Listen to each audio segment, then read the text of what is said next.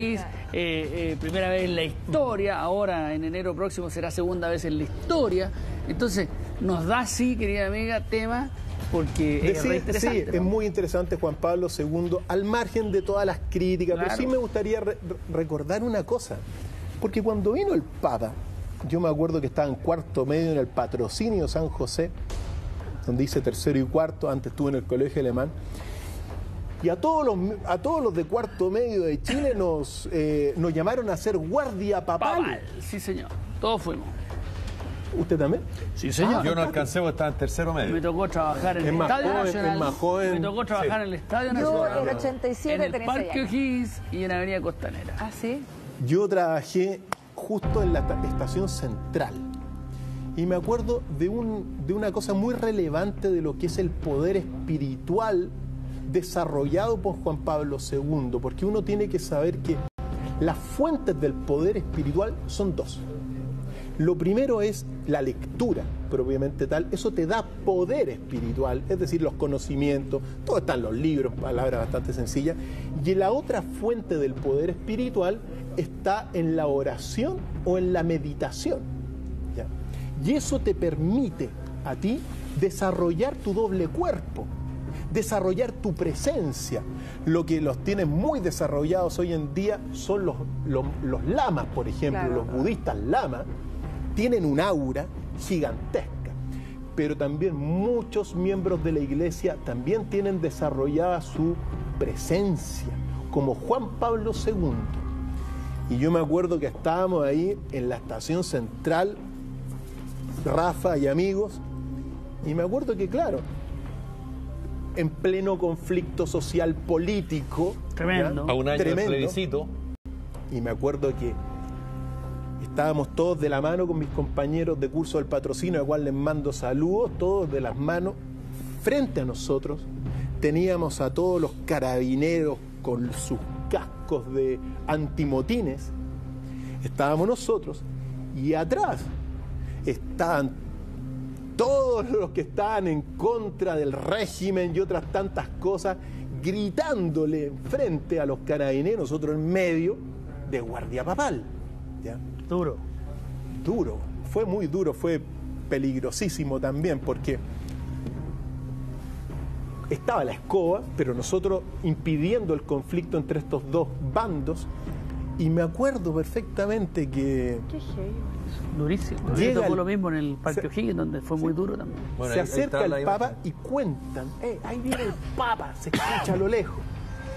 Y recuerdo que cuando va pasando el Papa, estos mundos en conflicto debido a la presencia, la aura del Papa que pasó 3 segundos. Claro. Se unificaron todos. Claro. Y en un momento dado, en un segundo que yo recuerdo, de alguna forma todos fueron uno ante la presencia del Papa y ante su poder espiritual y su aura espiritual. Adivinen qué pasó cuando pasó el Papa. ¡Qué la escoba!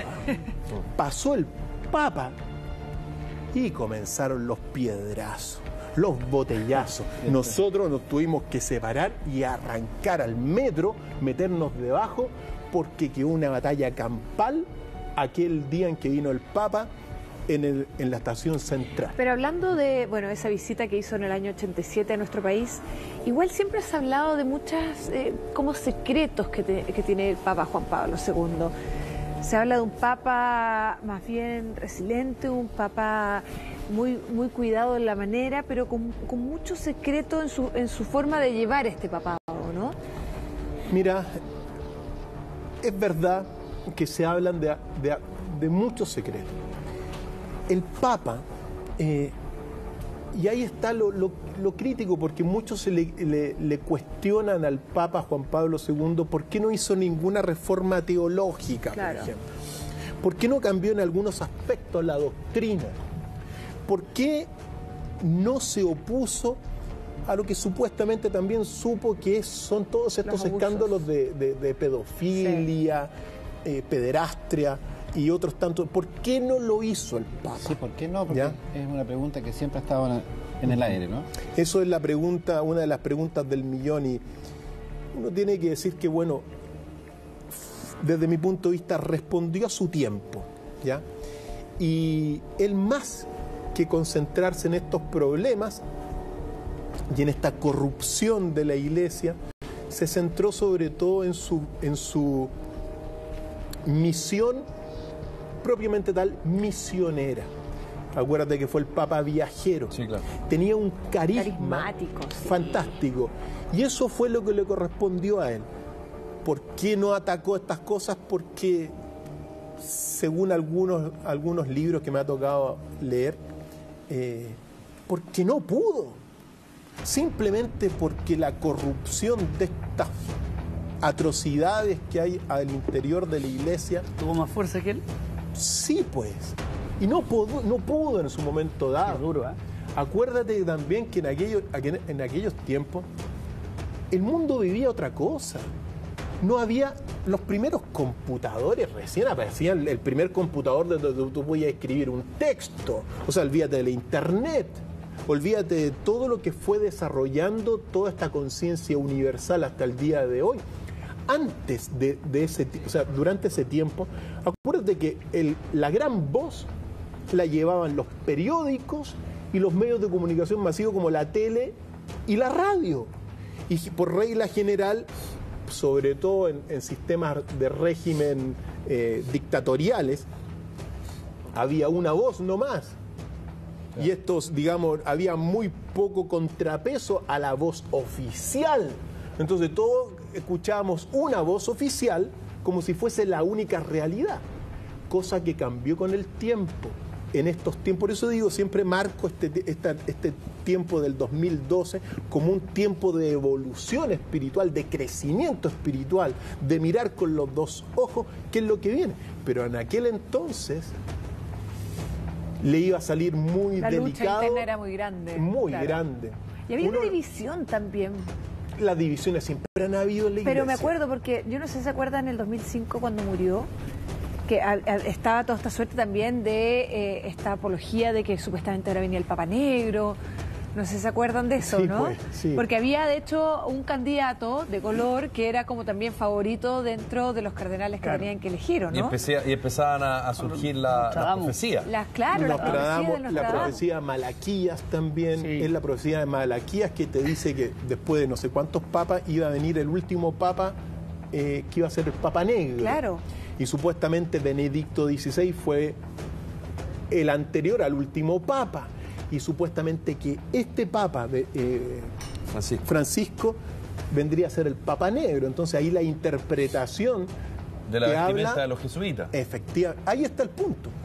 Eso es porque se le dice a este papa el Papa Negro, porque supuestamente tiene la vestimenta jesuita que es negra, pero que te habla también del tiempo final de la iglesia, de un tiempo, de un epílogo, al menos según esta profecía de Malaquías, un tiempo final de la iglesia, un tiempo donde, mira, se va a tener que readaptar, reconfigurar, reformular, pero es un tiempo, según todo esto, de fin de la iglesia. Cuando uno ve, por ejemplo, todo lo que son los, ponte tú, los bautizados a nivel global van cada vez en mayor decrecimiento, disminución, pero pasa lo mismo en todas las iglesias. Muchos de las iglesias evangélicas, por ejemplo, los hijos de los evangélicos ya no se van a la iglesia evangélica. No te digo que todos, algunos sí, pero muchos no. ¿Por qué? Porque estamos en estos tiempos, según mi visión, en unos tiempos de revelación. Si uno habla de los mensajes de Jesús en el Apocalipsis a las iglesias del mundo entero, basta ir a leerlo, pues. Jesús se presenta y lo comienza a hablar donde que el mismo diablo está al interior de muchas iglesias, en las escrituras está dicho.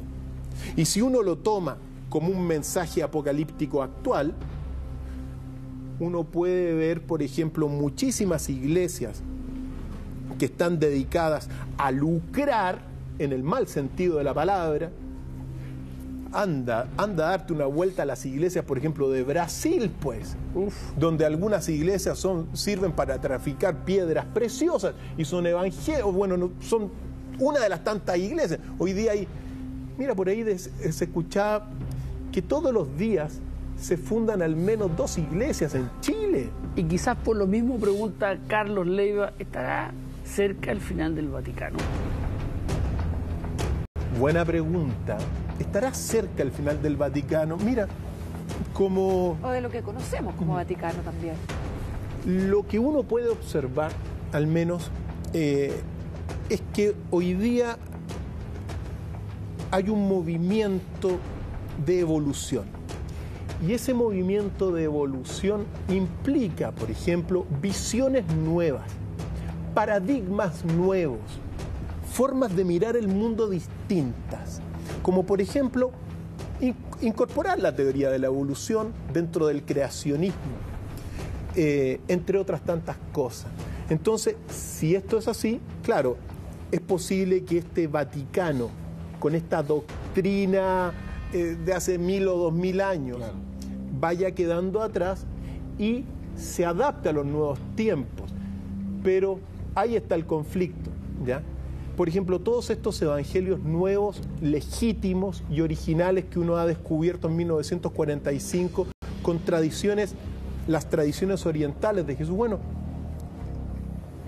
¿se le queman, se le destruyen o se le incorporan a la doctrina? Esas son las grandes preguntas. Por ejemplo, mira, tenemos algunos secretos que están en la Capilla Sixtina. Ese secreto, no lo cuente ahora. Los secretos de la Capilla Sixtina al regreso de esta breve pausa comercial.